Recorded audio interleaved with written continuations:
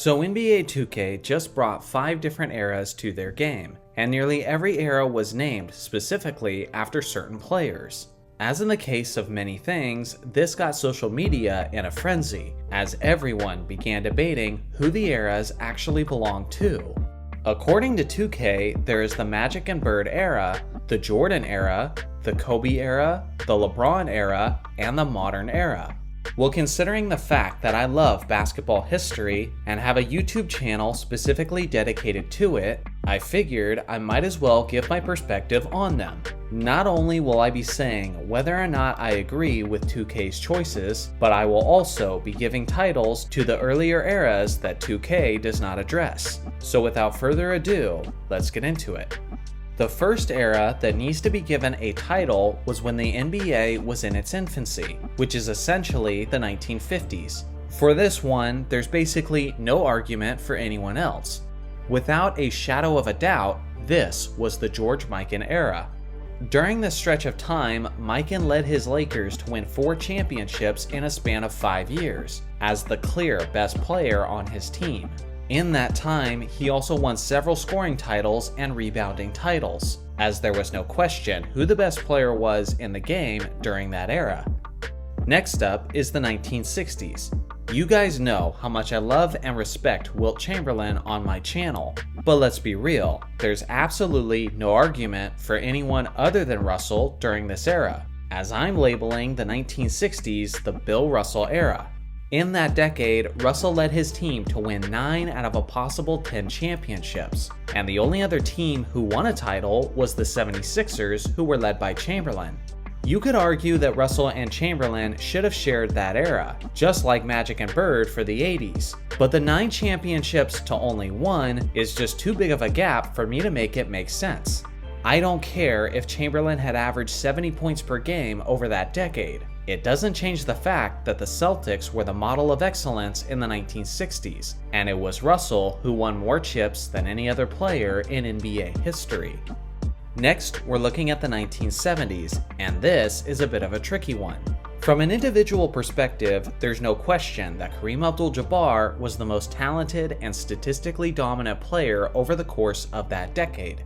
But unfortunately, he only got 1 championship in that decade. And are we really about to name an entire era after a player who only reached the mountaintop once? In the 70s, the Celtics won more championships than anyone else, but that was just a grand total of 2, and the stardom of those teams was pretty evenly split between Dave Cowens and John Havlicek.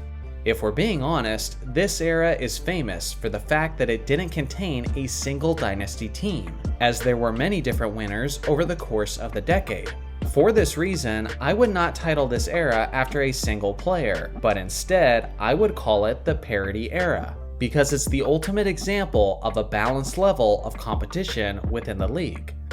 Next is the 1980s, and this won't take me very long because of course 2K got this one right, as this was definitely the Magic and Bird era. Between these two legendary superstars, they won 8 out of a possible 10 championships, and between the two of them, they represented every single NBA Finals series that decade.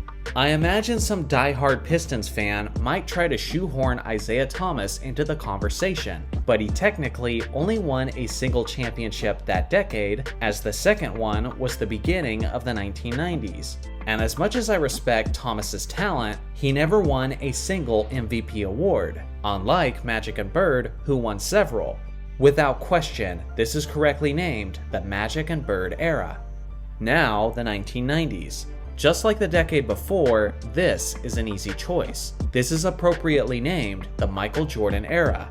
The Bulls won 6 out of a possible 10 championships that decade, and Jordan was the Finals MVP in every one of those cases. Along with that, MJ was pretty much universally recognized as the best player during that era, and anyone who disagreed just likely wanted to be different. Some might try to say that Hakeem should share the title of this era with MJ, but I think that's a little generous to the dream, considering how MJ has 3 times the amount of rings that Elijah has, and 4 times the amount of MVPs. I could unnecessarily go over his long list of accolades in that decade, but you guys get it. He was Michael Jordan, and that was his era. Now for the 2000s, and this is where things get really interesting. 2K decided to give the title exclusively to Kobe Bryant, and obviously, by them doing that, the biggest omission is the San Antonio Spurs legend, Tim Duncan. Imagine getting 5 championship rings as the leader of your team and not getting an era.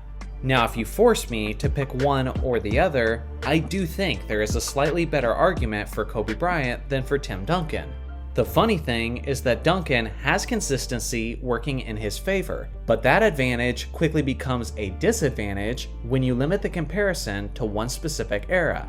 Let's look at the 2000s. During this era, Kobe's Lakers won 4 championship rings, while Tim Duncan's Spurs won 3. The Lakers made it to the NBA Finals a total of 6 times, while the Spurs only made it 3 times. And when they met each other in the playoffs, Kobe's team eliminated the Spurs 4 times, and Duncan's team eliminated the Lakers only once.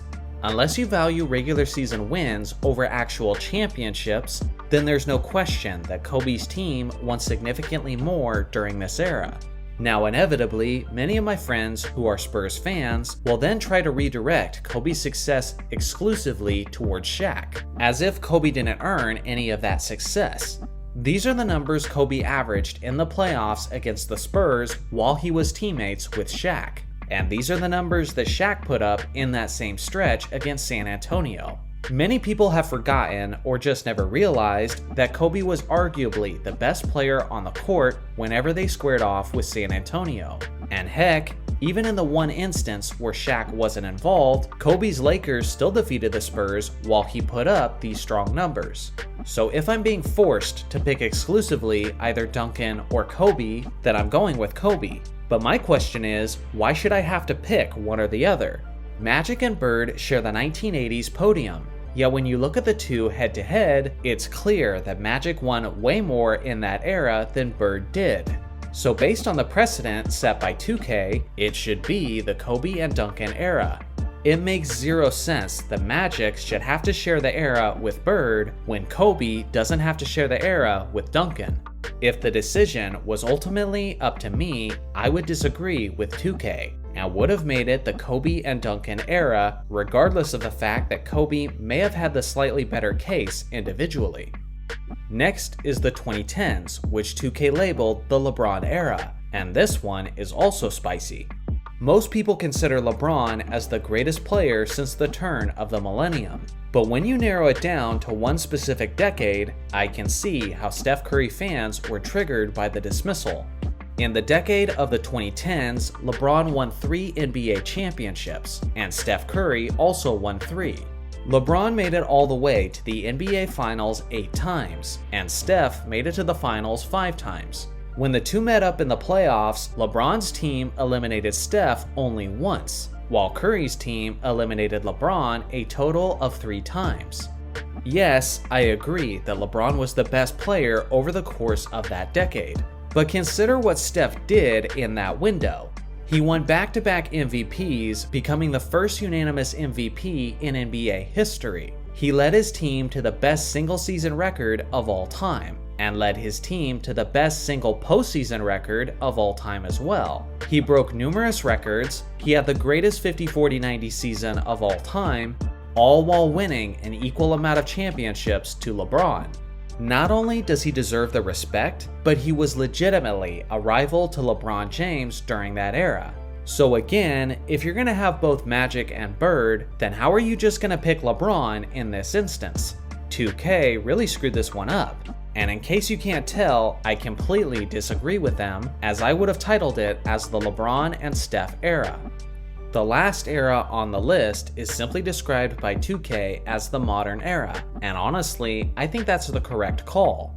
A lot of players in the modern game are still early in their careers, and if 2K hypothetically called this, say, the Nikola Jokic era, and then Giannis went on to win 2 or 3 more championship rings, then that would age incredibly poorly. As of now, keep a player's name off of it, and let the players write the history for themselves. So what do you guys think? Did NBA 2K get the eras right? Or is there something that you would have changed if the decision was ultimately up to you? I look forward to hearing your thoughts in the comments section below. Thanks for watching as always. Make sure to like and subscribe for more basketball content, and I'll see you guys in the next video.